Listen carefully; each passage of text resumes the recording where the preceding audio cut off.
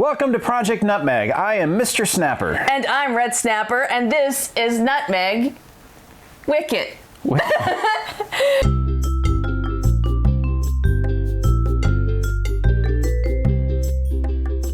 Today we're diving into a galaxy far, far away because it's May. It's May! Yay! And that means we're celebrating Star Wars all month long. Yes, may the 4th be with you.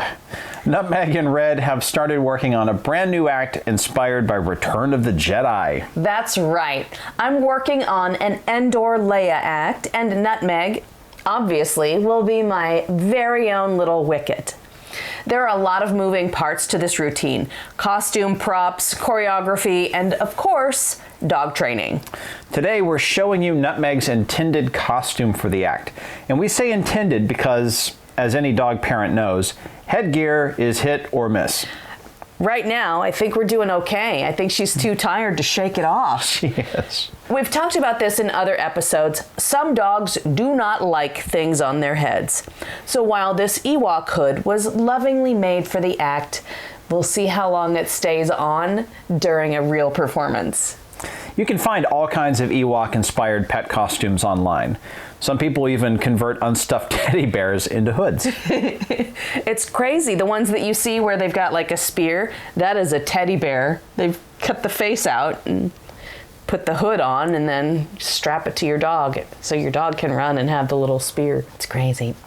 For this project, I kept things simple and lightweight. I had leftover microsuede from Mr. Snapper's Davy Crockett costume that we made ages ago, and I picked up some suede strips and beads from Joann Fabrics. Using a squarish piece of microsuede, Red cut a face opening using one of those circular rotary cutters. Hot tip, that rotary cutter is perfect for cutting buckram for pasties. The goal was to make sure it would fit Nutmeg comfortably. It looks like it's a comfortable fit. Yeah. Since she's resting in it. Then I grabbed my big French curve and I marked a seam line along the back to reduce some of the bulk. After stitching and trimming that seam, I slipped the hood onto our inflatable dog model, and then I marked where a little more shaping was needed. Let's hold up here for a second and talk about an inflatable dog model and why you have an inflatable dog model. Yeah. So I do have an inflatable dog model. It is bigger than Nutmeg, but there are sometimes things where I need to see how would this fit on a dog. And they don't make dress forms for dogs. They don't make dress forms for dogs. I could probably... Not that we've found. No. I could probably make a toy that is the same size as her, stuff it... Same general dimensions. Exactly, and then try things on that, so it would be like her own dress form or Judy. They're called Judies. Judies. Yeah, they're called Judies. So I could make something like that, but I bought an inflatable one. It was fairly inexpensive, and it's a way for me to see, is this basically dog dimension? It's also solid white, so when you go into the sewing room, there's in the dark, it's like there's a ghost dog standing in the middle of the room. Yeah, but it's great. I mean, you can see in the picture how it sits on the head, and it's good for a general idea, even though it is not the same as Nutmeg. I think it's closer to the size of Bus. Yeah, I think that's right. Yeah. But it's handy. It's very handy to have, and I can always deflate it and put it away. So exactly. I don't have to worry about how much space it will take up in my house. Yeah. So once the hood had a better silhouette, which is the key with cosplay, in our opinion, is you're looking to match the overall silhouette of what you're trying to represent, which gives you all kinds of room for variation and changing tiny details. As long as the overall silhouette's correct, it's recognizable as what it's supposed to be. Yes, it resembles the thing. Right. So once you had a better silhouette, you did the fitting with Nutmeg to mark where her ears need to pop through. You can see that her ears are popping through. I mean, she is out.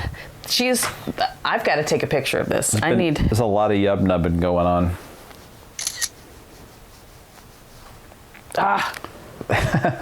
Don't take my picture. I'm snoozy. I'm too tired for pictures. Right there. She's the cutest thing. As you can see, I cut ear holes just big enough for a comfy fit. And then I shaped the neckline so it would look a little more ragged, like something that was actually scavenged on Endor. And thank you for popping up for that moment, just to show a little bit there. And then came the fun part, embellishments. Red added suede strips and beads to give it that classic Ewok flair. Which I think you can barely see at the bottom of the screen where Nutmeg is. Little beads. Yeah, the little beads. I bought far too many beads, but I wanted to find the right beads. And It's Joann's. yeah, going out of business sale, and they have little crosses in there. I marked all of this so that it'd have little X's, and then I could put the beads on it. And because Chowder can't be left out, even though he'd like to be, I made a second hood for him too, which I will show you here. You may notice there are no embellishments on Chowder's. That's because there's great risk of him chewing off any suede strips thinking that they're food. Yeah. He might decide to crunch the beads because he likes to crunch things. Yeah. So his is just straight up. We'll see when we do a video of this act, which is not anytime soon since we have to build so many things for it. We'll see how long he stays in the hood and is present when the act starts. But this is his own.